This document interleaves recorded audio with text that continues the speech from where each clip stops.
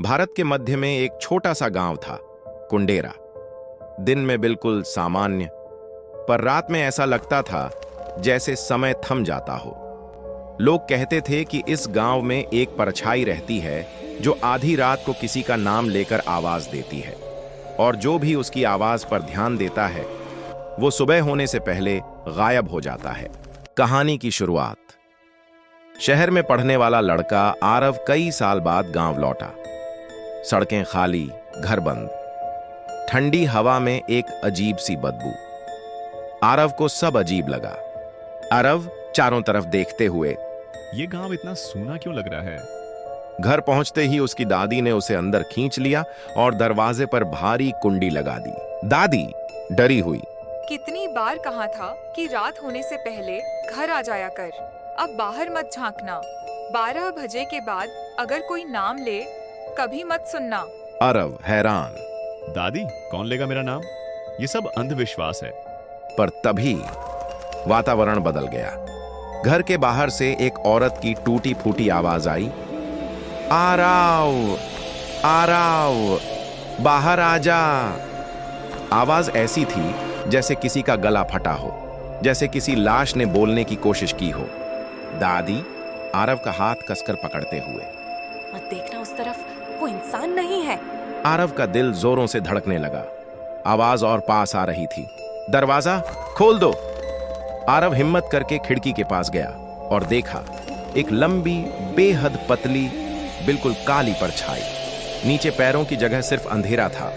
चेहरा कुछ नहीं, सिर्फ एक खाली गड्ढा जैसा।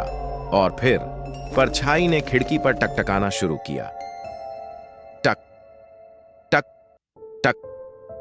गांव का रहस्य अगली सुबह आरव ने गांव वालों से पूछा। सब डरते डरते बोले, वो चूनी की आत्मा है। सालों पहले उसके साथ बुरा हुआ था। उसकी लाश जंगल में फेंक दी गई थी और उसका नाम भी कोई नहीं लेता था। तभी से वो हर रात किसी के नाम से पुकारती है। गांव वाले बोले, जो भी उसकी आवाज सुनता है वो उसके पास खींचा चला जाता है। कई लोग रहस्यमय तरीके से खो चुके थे। आरव का सच जानने का फैसला उस रात आरव ने खिड़की से झांका। मंद मंद हवा में वही परछाई फिर दिखी, लेकिन इस बार वो घर के बाहर नहीं खड़ी थी। वो दीवार पर रेंग रही थी जैसे कोई मकड़ी हो। आरव के सामने दादी ने सच बताया। ये परछाई पहले इंसान थी, उसे इंसान ने ही राक्षस बनाया। वह लड़कियों के हॉस्टल में काम करती थी। एक रात उसे मारकर जंगल में फेंक दिया गया। अब वो हर रात एक नाम ढूंढती है। जो उसके साथ हुआ वही औरों के साथ करे। उस रात अचानक घर की लाइट चली गई। दादी की सांसें फूलने लगीं। खिड़की अपने आप खुल गई। अब आवाज बहुत करीब से आई, आरव, तू देख सकता है मुझे? आरव ने सुना और फिर धीरे से खिड़की के बाहर झांका। वहां परछाई नहीं थी, बल्कि एक औरत का चेहरा था। सड़ा हुआ, आंखें गायब और चेहरा फट चुका था। मुझे मेरा नाम लौटा दो। आरव का दिमाग चकरा गया। उसे अचानक जंगल में एक पुराना पेड़ याद आया जहां गांव वाले चुनी की लाश छुपा कर आए थे। आरव उसी जगह गया।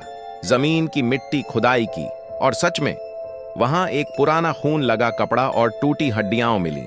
उसे देखते ही परछाई उसके सामने प्रकट हुई। ये तुम्हारा शरीर है ना? डायन ने धीमे से बोला। हाँ, मुझे चैन चाहिए।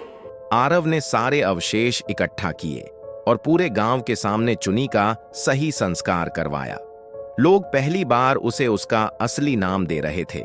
आग जलते ही परछाई धीरे धीरे धुएं में बदलने लगी। उसका चेहरा शांत हो गया। पहली बार वो मुस्कुराई। डायन ने मृदुल आवाज में बोला, धन्यवाद आरव। और वह गायब हो गई। गांव में पहली बार वर्षों बाद एक शांत रात आई। अगली सुबह आरव अपने कमरे में उठा और खिड़की में कुछ अजीब देखा। कांच पर खून से कुछ लिखा था, अब मेरी जगह कोई और लेगा। और खिड़की पर धीरे धीरे एक नई परछाई बनती हुई दिखाई देने लगी। अगर तुम चाहो तो मैं इसका पार्ट 2, नया राक्षस कौन है, भी लिख सकता हूं। उसके लिए तुम्हें इस चैनल को सब्सक्राइब करना पड़ेगा और तुम इसे भी अच्छी अच्छी कहानी सुन सकते हो। मिलते हैं किसी और एपिसोड में, तब तक के लिए धन्यवाद।